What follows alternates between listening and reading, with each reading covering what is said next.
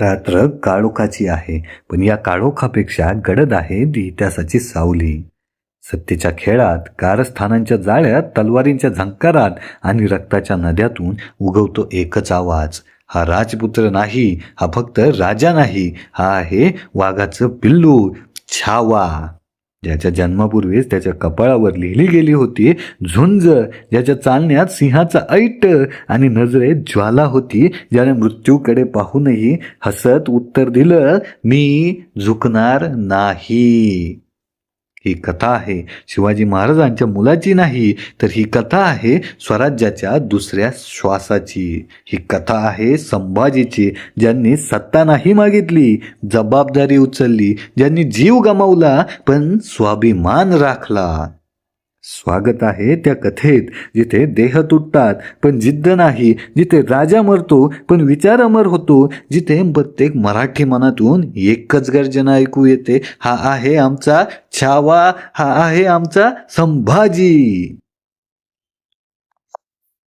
रात्र काळी आहे, पण त्या काळ्यापेक्षा अधिक गडद आहे ती इतिहासाची सावली. दूरवर वीज चमकते, ढगांचा गडगडाट ऐकू येतो, वारा खूप सुटलेला आहे आणि त्या वाऱ्याबरोबर येते एक घोषणा, येत आहे छावा, वाघाचं पिल्लू, सिंहासनासाठी नव्हे तर स्वराज्यासाठी जन्मलेल्या वाघाचं पिल्लू.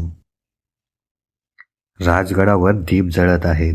गर्भगृहात एका बालकाचा जन्म होतो. त्याच्या आईचं नाव होतं सईबाई आणि वडिलांचं नाव शिवाजी महाराज.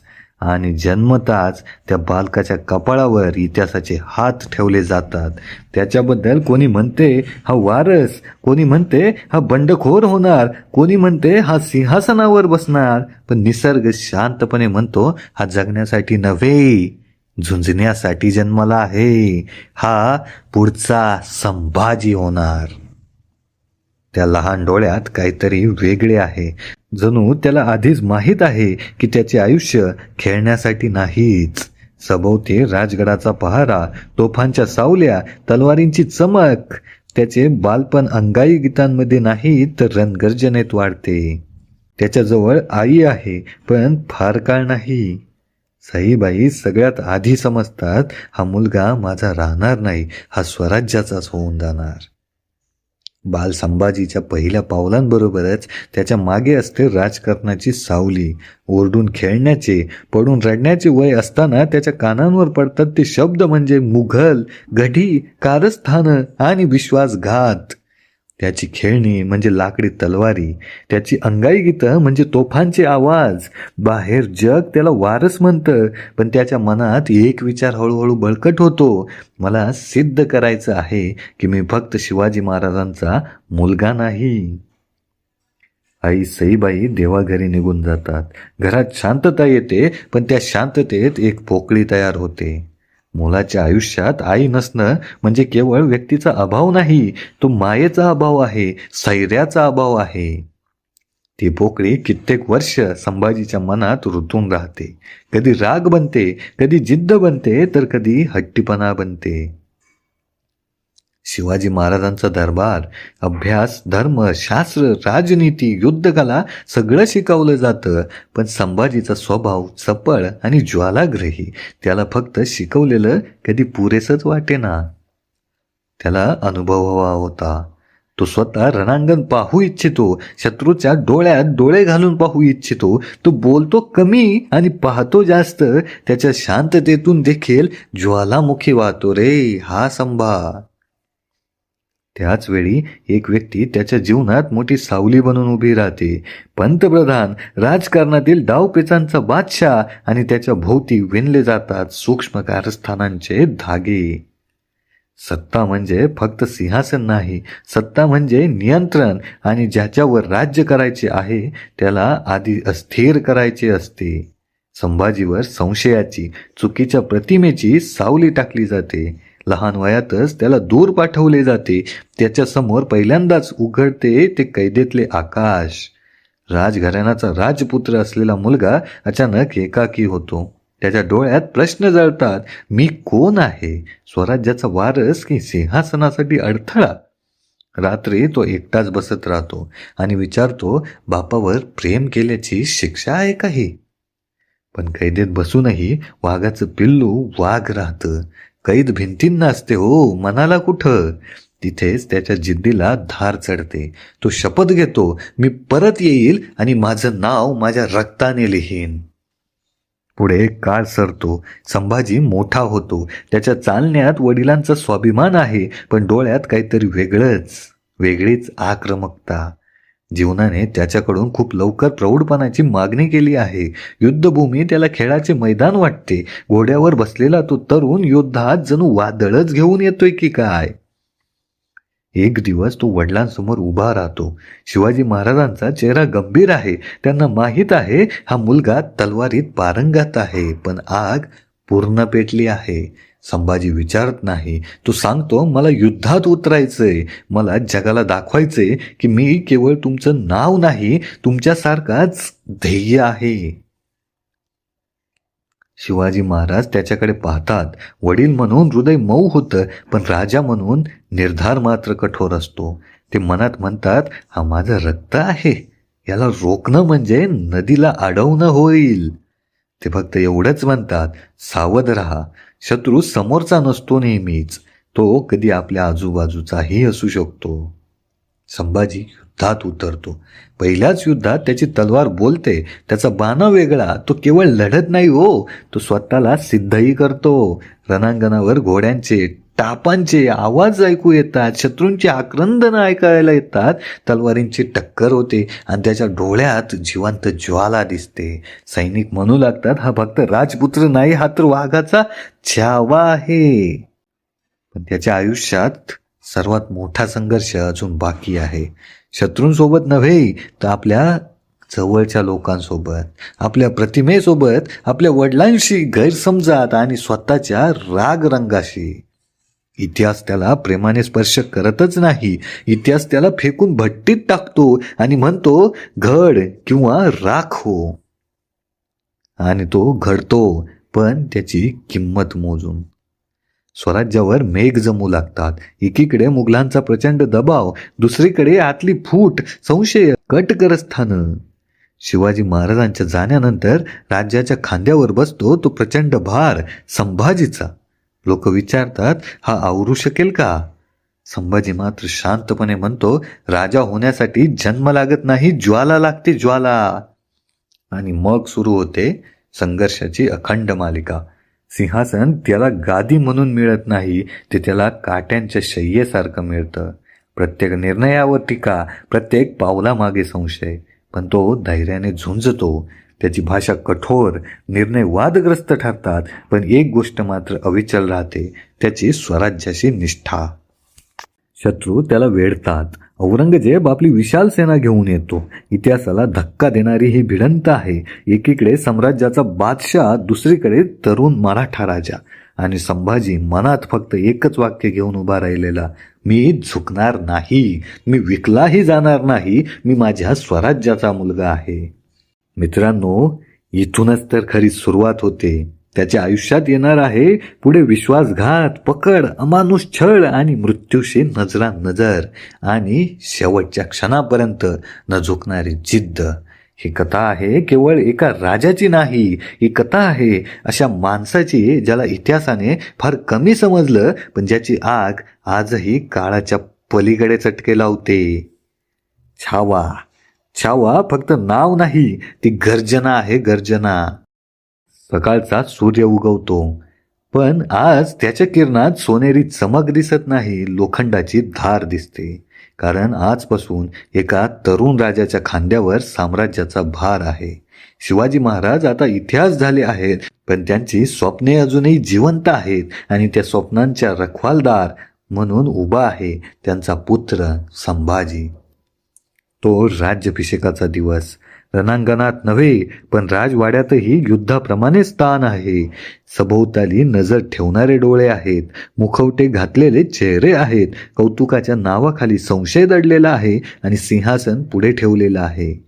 पण त्या सिंहासनावर बसण्यापूर्वीच त्याला जाणवतं, हे आसन गादी तर नाहीच, ही जाळ आहे, जाळ. संभाजीच्या डोळ्यांसमोर वडिलांचा चेहरा तरळतो. त्यांचे शब्द आठवतात, राजा होणे सोपे नाही. लोकांवर राज्य करण्यापूर्वी स्वतःवर राज्य करावे लागते. तो मनात म्हणतो, होईल बाबा, होईल, प्रयत्न करीन, पण झुकणार नाही. त्याच्या अभिषेकानंतर काही चेहरे आनंदाने उजळतात आणि काही सावल्याही दाट होतात. सत्ता बदलली की विश्वासांचे रंगही बदलतात. कोणी हसत शुभेच्छा देतात, पण कुणी त्यांच्या मनात प्रश्न असतो की हा टिकेल का? संभाजी मात्र शांत राहतो. त्याला माहीत आहे, लढाई आता तलवारीची नाही, ही राजकारणाच्या सूक्ष्म धाग्यांची आहे. स्वराज्यावर ढग जमायला सुरुवात होते. दिल्लीचा बादशाह औरंगजेब, त्याचा अहंकार आकाशा एवढा आणि त्याची सेना समुद्रा एवढी.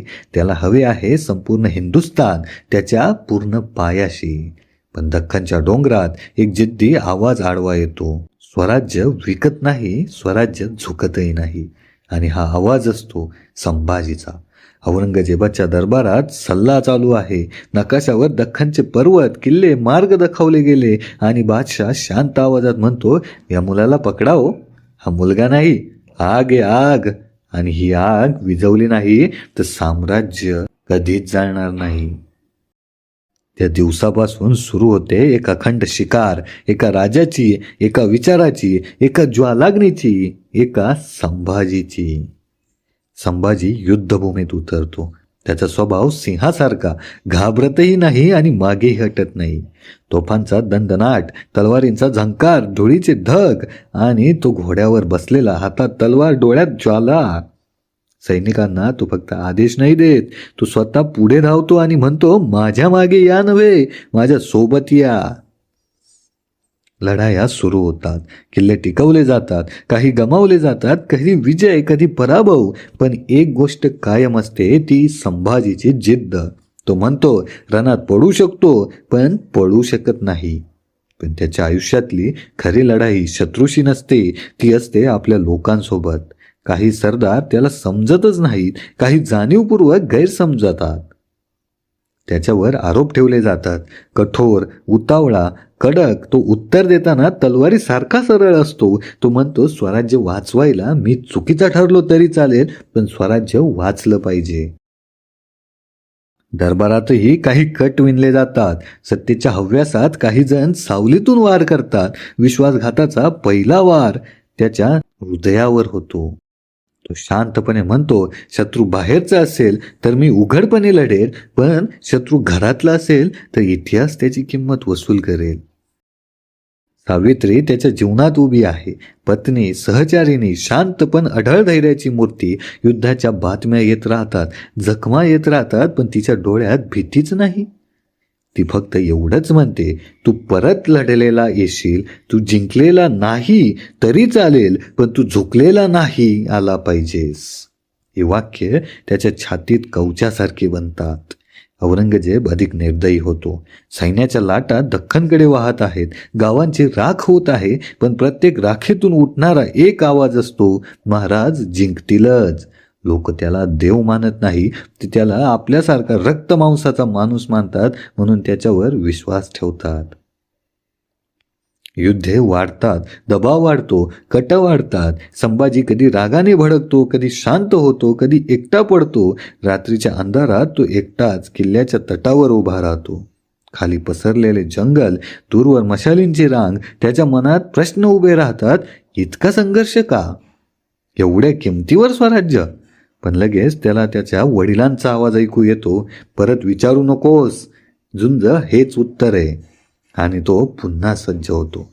फिरस्तीच्या रात्री अचानक हल्ले, लपून झालेली हालचाल त्याची जीवनयुद्धाची व्याख्याच बनून जाते.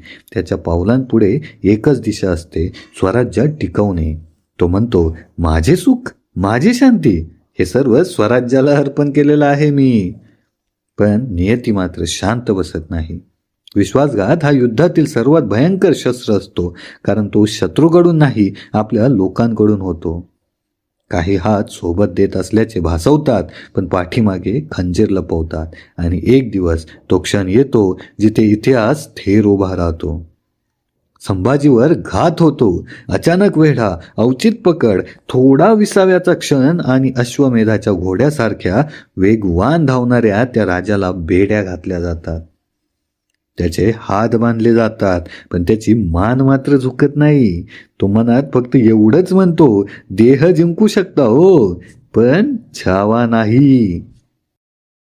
औरंगजेबाच्या तंबूत त्याला आणले जाते. शत्रू त्याच्या समोर उभा आहे, तरीही हा मात्र तसाच. औरंगजेब विचारतो, आता झुकशील का?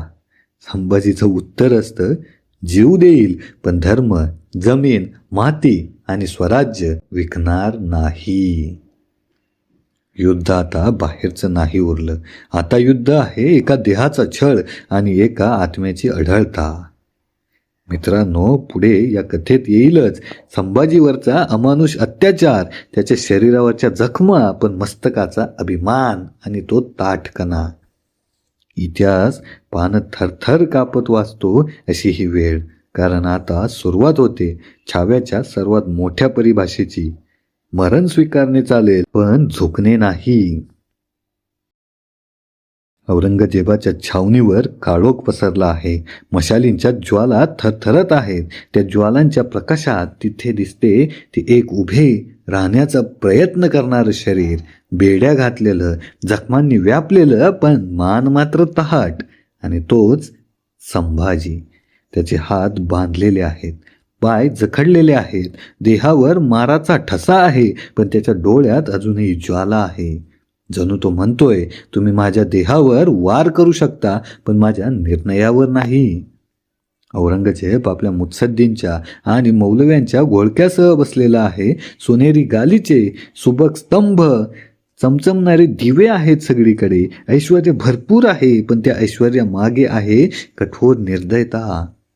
सगळ्यांचे लक्ष त्या एका माणसावर, एका कैद्यावर, पण त्या कैद्याजवळ आहे सिंहासारखे नजर.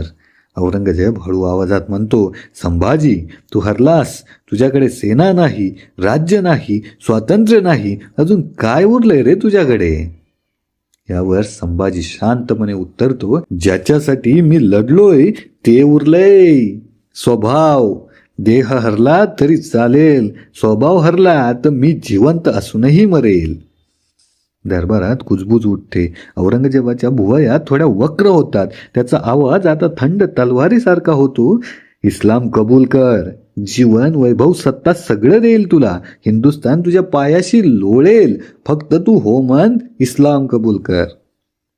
त्या क्षणी मात्र वेळ थांबते. हा प्रस्ताव फक्त धर्मांतराचा नव्हता, तो संभाजींच्या आत्म्याची परीक्षा होता.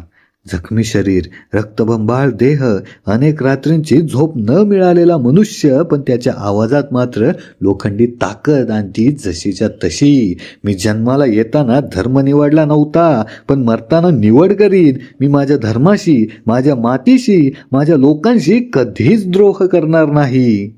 मी इस्लाम कबूल करणार नाही. औरंगजेब डोळे मिटतो. संताप आणि अपमान यांचा संगम. त्याचे हात मात्र मुठीत आवळले जातात. विचार कर संभाजी, जीव गमावशील. संभाजीचं उत्तर एका विजेसारखं, जीव माझा आहे, पण शरणागती तुमच्याकडे विकायला नाही. जीवन मला प्रिय आहे, पण माझ्या स्वाभिमानापेक्षा जास्त नाही. तेव्हा सुरू होतो इतिहासाचा सर्वात क्रूर अध्याय. छळ, अमानुष, निर्दयी, मानवी कल्पनांच्याही पलीकडचा. बाहेर हजारो लोक जमा आहेत. कोणीतरी दबक्या आवाजात म्हणतोय, आज मराठ्यांचा राजा मोडेल. दुसरा आवाज म्हणतोय, नाही, तो मोडणार नाही, आपणच मोडू. संभाजी राजांच्या देहावर वार सुरू होतात. वेदना असह्य होतात. देह थरथरतो, रक्त वाहतं, पण त्याचे ओठ एकही क्षणी दयेची भीक मागत नाहीत. त्याचे केवळ एकच वाक्य पुन्हा पुन्हा घुमत राहतं, मी झुकणार नाही, मी झुकणार नाही. औरंगजेब पुन्हा प्रस्ताव ठेवतो, फक्त एक शब्द बोल आणि मी तुला राजपद परत करील. संभाजी हळूच हसतो. त्या हसण्यातही वेदना आहे, थकवा आहे, पण त्याहून मोठा आहे त्याचा स्वाभिमान. तुम्हाला देणार काय? जी स्वराज्य मिळवण्यासाठी माझ्या बापाने आयुष्य दिलं, ती तुझ्या परवानगीने घ्यायची नाही. माझं राज्य तुझ्या दयेची भीक नाही. छळ वाढतो, शरीर कापलं जातं, नखे उपटली जातात, जखमा जखमांवर बसवल्या जातात, पण एकही किंकाळी नाही, फक्त जड श्वास आणि ठार निर्धार. त्याच्या डोळ्यासमोर आई साईबाईचा चेहरा येतो, वडिलांचा आवाज येतो, झुकू नकोस. मातीच्या कणावरही अत्याचार झाला तर उभा राहा. त्याला आपले सैनिक आठवतात, आपली माती, आपले किल्ले, स्वराज्यासाठी जीव देणारे हजारो अनामिक मावळे. तो मनात म्हणतो, मी एकटा नाही, माझ्या मागे इतिहास उभा आहे. औरंगजेब अखेर उन्मत्त होऊन ओरडतो, फाशी देऊ त्याला. दरबार थरकापतो, पण त्या क्षणी संभाजीच्या ओठांवर शेवटची प्रखर वीज चमकते. मार, पण लक्षात ठेव, मी मरत नाही, मी जिवंत राहीन. प्रत्येक मराठी अंगठ्यात, प्रत्येक लढाईत, प्रत्येक बाळाच्या रडण्यात आणि प्रत्येक ज्वालामुखीत. ते शब्द हवेत विरतात. छळ संपतो, देह शांत पडतो, पण इतिहास खात्रीने सांगतो, तो हरला नाही. कारण पराभव हा मृत्यूने होत नाही, पराभव होतो तो मन झुकल्यावर. छावा झुकला नाही, म्हणूनच तो आजही जिवंत आहे. छावणीच्या आकाशात धूर पसरला आहे, मशाली विझत आहेत. एक देह शांत झाला आहे, पण त्याच्या शांततेतही एक गडगडाट आहे. संभाजी आता भौतिक जगात नाही, पण त्याच्या जाण्याने जे निर्माण झालं आहे ते एका मनुष्याचे निधन नाही, तो आहे एका संपूर्ण राष्ट्राचा होणारा जागा क्षण. औरंगजेबाच्या तंबूत विजयाची घोषणा होणार असते, पण एक विचित्र शांतता पसरते, कारण त्यालाही कळते, हा देह तोडणे शक्य असते, पण जिद्द तोडणे नाही. बाहेर हजारो सैनिक उभे आहेत, काही शत्रूचे, काही मराठी. शत्रूंच्या चेहऱ्यावर थोडा दिलासा आहे, पण डोळ्यात भीतीही मिसळली आहे. ते स्वतःशी विचारतात, ज्याने एवढ्या वेदने सुद्धा हार मानली नाही, त्याच्या लोकांना आपण कसे हारवू? मराठी छावण्यात बातमी वाऱ्यासारखी पसरते, संभाजी महाराज गेले. पण या वाक्यानंतर दुसरं वाक्य आपोआप जोडलं जातं, पण ते झुकलेही नाहीत. तो गेला, पण तो हरला नाही. त्याच्या देहावर अत्याचार झाले, पण त्याचा स्वाभिमान ताठ राहिला. मृत्यू त्याच्यापर्यंत पोहोचला, पण त्याला झुकवू शकला नाही. इतिहास सांगतो, संभाजी मरण पावले, पण जनतेचे हृदय सांगते, संभाजी आजही जिवंत आहेत. प्रत्येक भगव्या झेंड्यात, प्रत्येक डोंगर रांगेत, प्रत्येक मराठी मस्तकात आणि त्याच ताठ अभिमानात. छावा म्हणजे नाव नाही, ती एक प्रतिज्ञा आहे. जीव जाईल तरी चालेल, पण मी झुकणार नाही, मी झुकणार नाही. तर मित्रांनो, अशा पद्धतीने आपण छावा कादंबरीचा सारांश पाहिला. तुम्हाला हा सारांश आवडला असेल तर मला प्रतिसाद म्हणून प्रतिक्रिया नक्की कळवा.